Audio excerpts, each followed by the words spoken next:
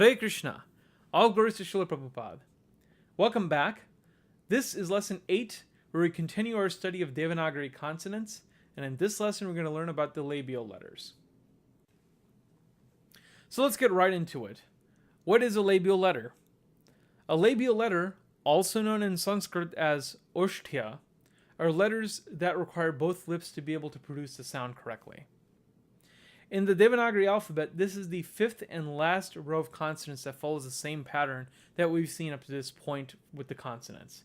If you recall, each row started off with a voiceless consonant followed by its aspirate, then a voiced consonant followed by its aspirate, and then finally the nasal element.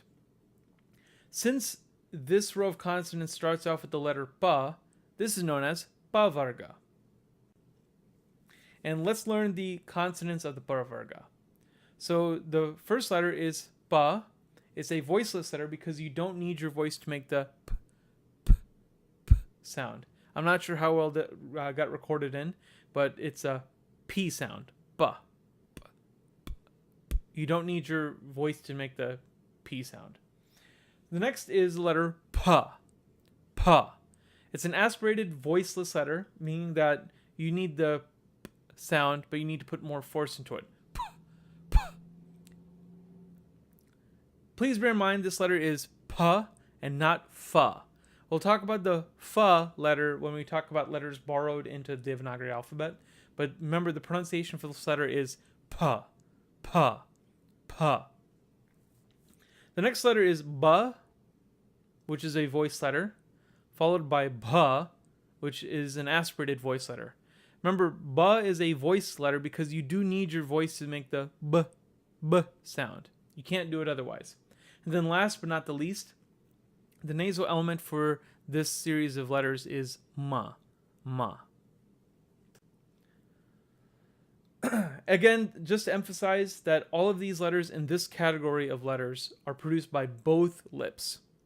So we have the letters ba, pa, ba, bha, and ma.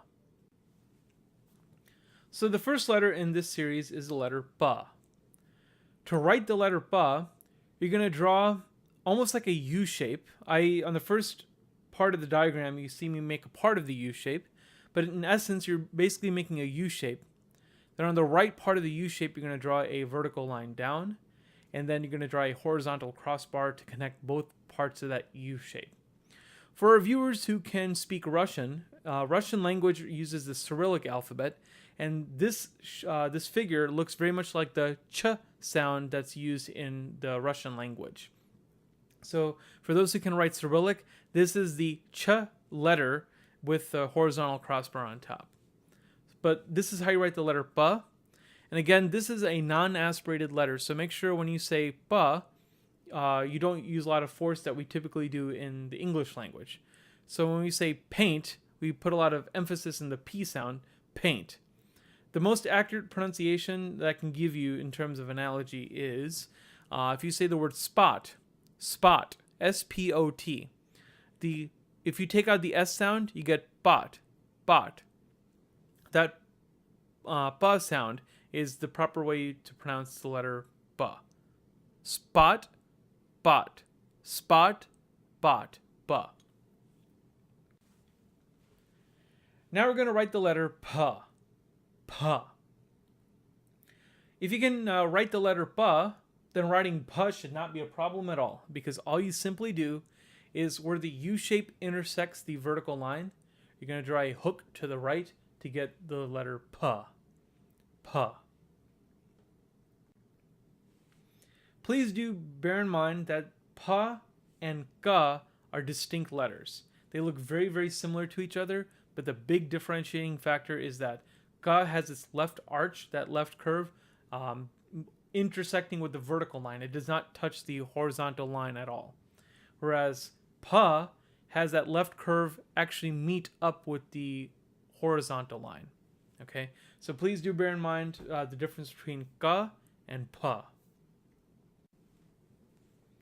You should also know that this letter is pronounced pa, pa.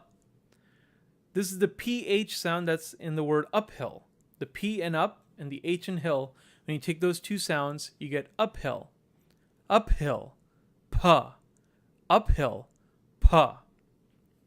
This is not the F sound in English. This is not fa, because fa is not a labial, it is a labial approximant. And what that means is if you think about how you pronounce pa, you need both of your lips to be able to pronounce that.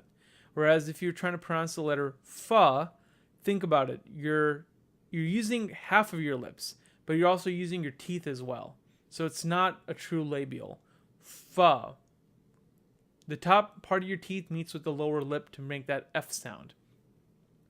As far as how do you actually write the fa sound in Devanāgarī, we're going to talk about that later where we discuss letters that are borrowed into the Devanāgarī alphabet. But remember, this is pa, pa. The next letter is the letter ba, ba. To draw ba, you're going to take a circle, which you see on the first part of the diagram, and then you're going to draw a line, which is going to start from the top left of the circle down to the bottom right of the circle. It's going to look like a nose sign. And then finally, to the right of the circle, you're going to draw a horizontal line that's going to connect the circle at the center point. And then finally, on top of the vertical line, you draw the horizontal crossbar. To pronounce the letter ba, again, you have to be careful and make sure you don't use too much force. So I think the best word I can think of is the word be. Be. Be. You don't use a lot of force when you say be. So therefore, I would use that as an analogy to get the proper pronunciation of the letter ba. The next letter is ba. Ba. Ba. To write ba, you're going to draw something that looks like an oval, which is stretched on the top. And then you're going to have the line go down from the right side of the oval. Then you're going to draw a triangle, which is similar to what we did when we drew the letter na from lesson 7. You're going to have it connect to the right. And then you're going to draw a vertical line, which meets it halfway. And then you're going to draw a horizontal crossbar. Now, a couple of things I do want you to pay attention to. First is that the horizontal crossbar is broken with the letter ba. So just like with ta and da, ba also breaks the horizontal crossbar. So you don't have the crossbar go through it. The loop of the ba will break the crossbar. And secondly, the pronunciation of this letter. The pronunciation of this letter is ba, ba. The best analogy I can give you is the phrase rub hard, rub hard. The B in rub and the H in hard, when you put those two together, you will get the proper pronunciation of the letter ba. Rub hard, ba. Rub hard, ba. And last, ma. What you do is you draw a vertical line downwards and then make a little triangle looping it out to the right to make a horizontal line. And they're going to have the right horizontal line meet with a vertical line. And then you're going to take a horizontal crossbar on top to connect those two vertical lines together. And that is how you write the letter ma. Ma. Again, be very careful that you don't confuse this with the letter ba. The difference between ba and ma is that ba has a big loop, whereas ma does not. And secondly, the loop will break the crossbar, whereas the left arm of the ma will not. So be very careful with ba and ma.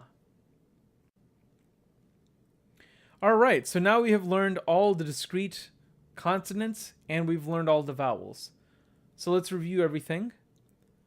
From lessons 1 through 3, we learned the vowels a, e, u, r, l, e, o.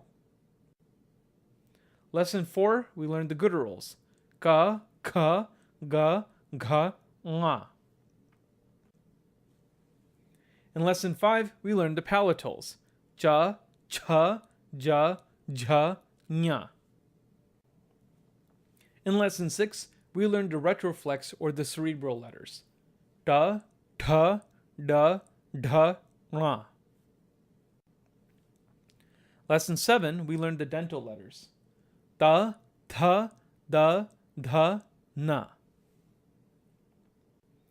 And finally, in this lesson, ba, pa, ba, bha, ma.